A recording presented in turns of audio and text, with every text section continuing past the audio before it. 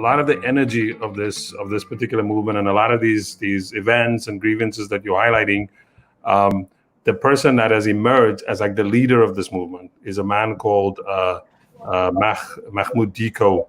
And I would like for all three of you perhaps to try to characterize for people who are not familiar with the politics of Mali, like what does this mean? And I think I want to just, as part of it, I want to ask, is this a new phenomenon in Mali that somebody that is explicitly like a religious leader is the kind of the overt personification of like what is meant by opposition in Mali?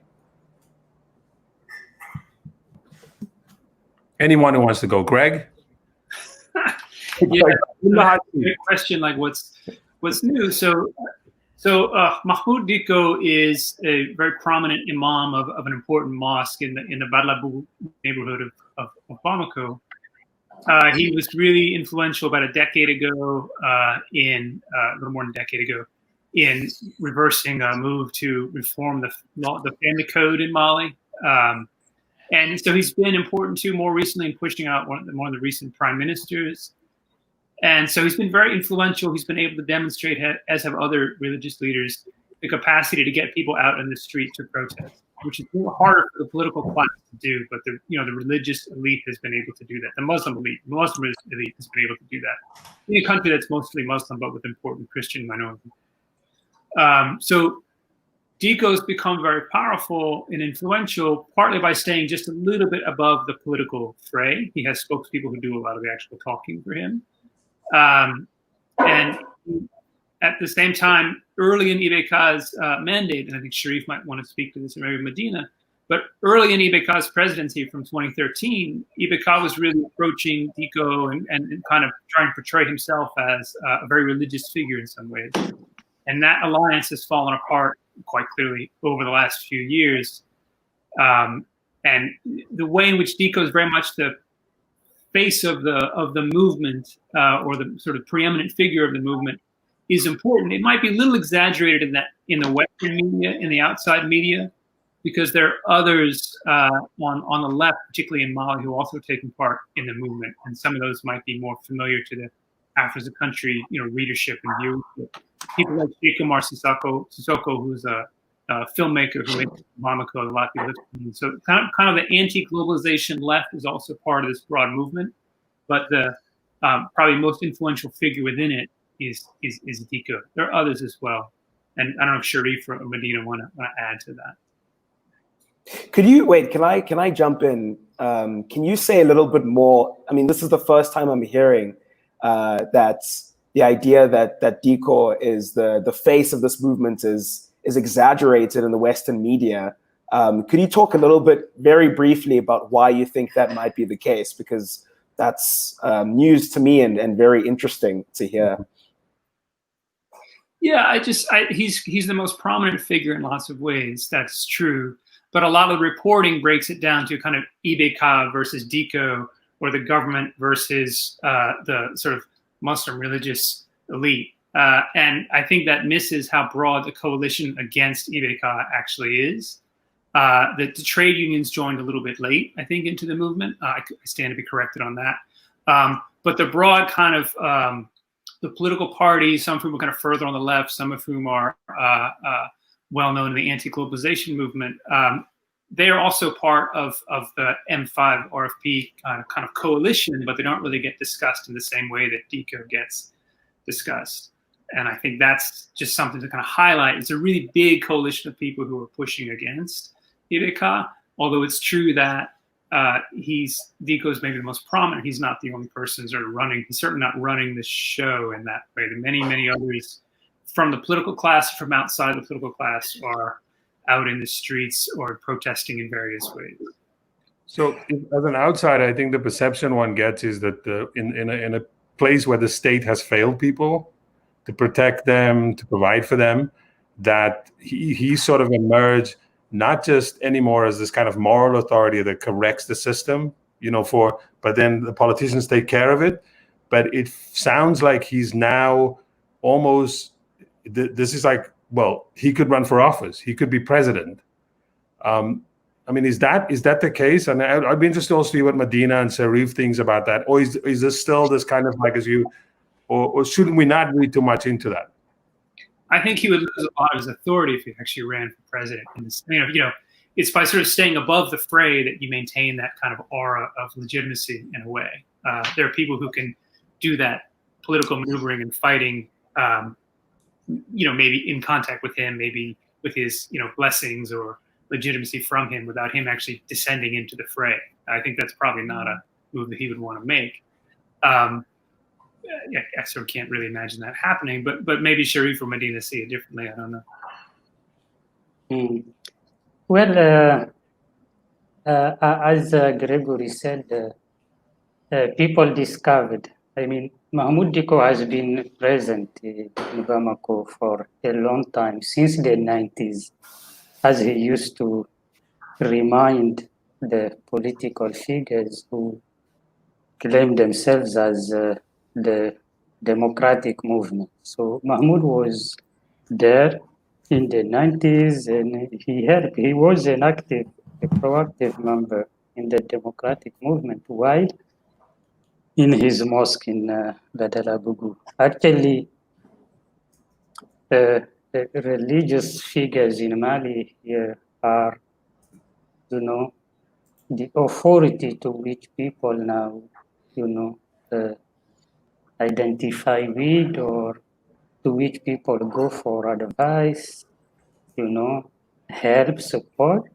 And Mahmoud was discovered by the periphery people in 2006, I think, as Gregory mentioned, when he protested against the family code, which enacts equality between genders, between males and females. So from there, actually this, what many of Ibeka's opponents, reminded him very often, is that he went into the mosques to withdraw the imams, these religious figures, and put them on the arena, on the political arena, to help them. And now, of course, Mahmoud, I think one of the reasons he's now fighting against the Ibeka's regime is also based on the frustration from the way Ibeka is treating him first himself and then the situation, because he was a prominent figure among his supporters in 2013. So in Mali, we are almost 90% Muslims, and we have two main figures, Mahmoud Dicko and Sharif Usman Haidara. But Mahmoud Dicko is more listened to because he's less involved in political scandals or financial scandals. He kind of is more careful as far as the political arena is concerned, But if we judge him based on his speeches, what he repeats is that he's not aiming to be president. He's here to help the Malians to get the system to change.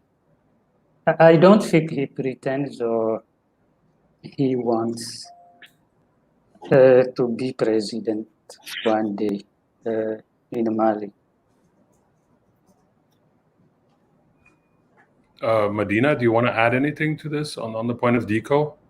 Well, I think just back to your initial question about why he captures so much attention in the West, I think it's because he's a religious Muslim religious leader. And I think a lot of the framing of the conflict and what's been happening in Mali for the past several years, there's been sometimes a tendency among certain analysts in the West definitely Islam was a big part of the conflict, but Mali is a Muslim country.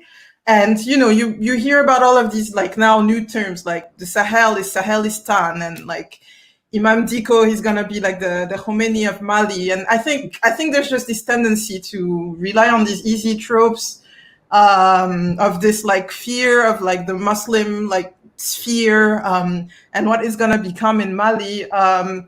For sure, a lot of people don't know what's gonna happen. I don't know if Dicko, I don't know what his ambitions are. I also do not think he's trying to be president, just because I feel like he's a bit smarter than this, and he knows that a lot of his influence lies precisely in the fact that people think he's not one of these politicians.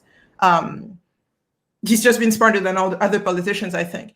But I think that's it. I think he gets so much attention. He's definitely a very important figure. But I also analyze the way people are talking about him in the West is just part of this broader. Let's show that there's this like big bad Muslim figures and Islam that's like capturing that region, and that we have to be worried about. Greg, you wanted to add something? Yeah, no, I think Medina really nailed it. I just wanted to add that, it seems to me, and you guys can disagree, but like one of the things that's worth saying here is that, Mali went through this profound crisis in 2012, 2013. It kind of opened up the question of whether or not there would be a new constitution, whether or not there would be a fundamental kind of rethinking of the practice and systems of government in Mali. And that didn't really happen in 2013. There was a push largely from the outside to have an election. Ibeka came into power, who was re-elected in 2018.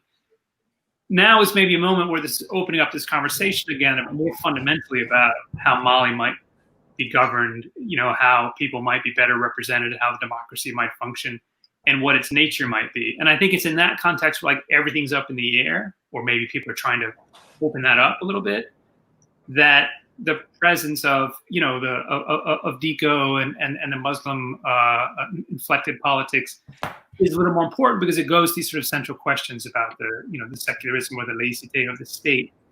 And those are fundamental questions that people want to have, I think, opened up and want to sort of discuss in some way.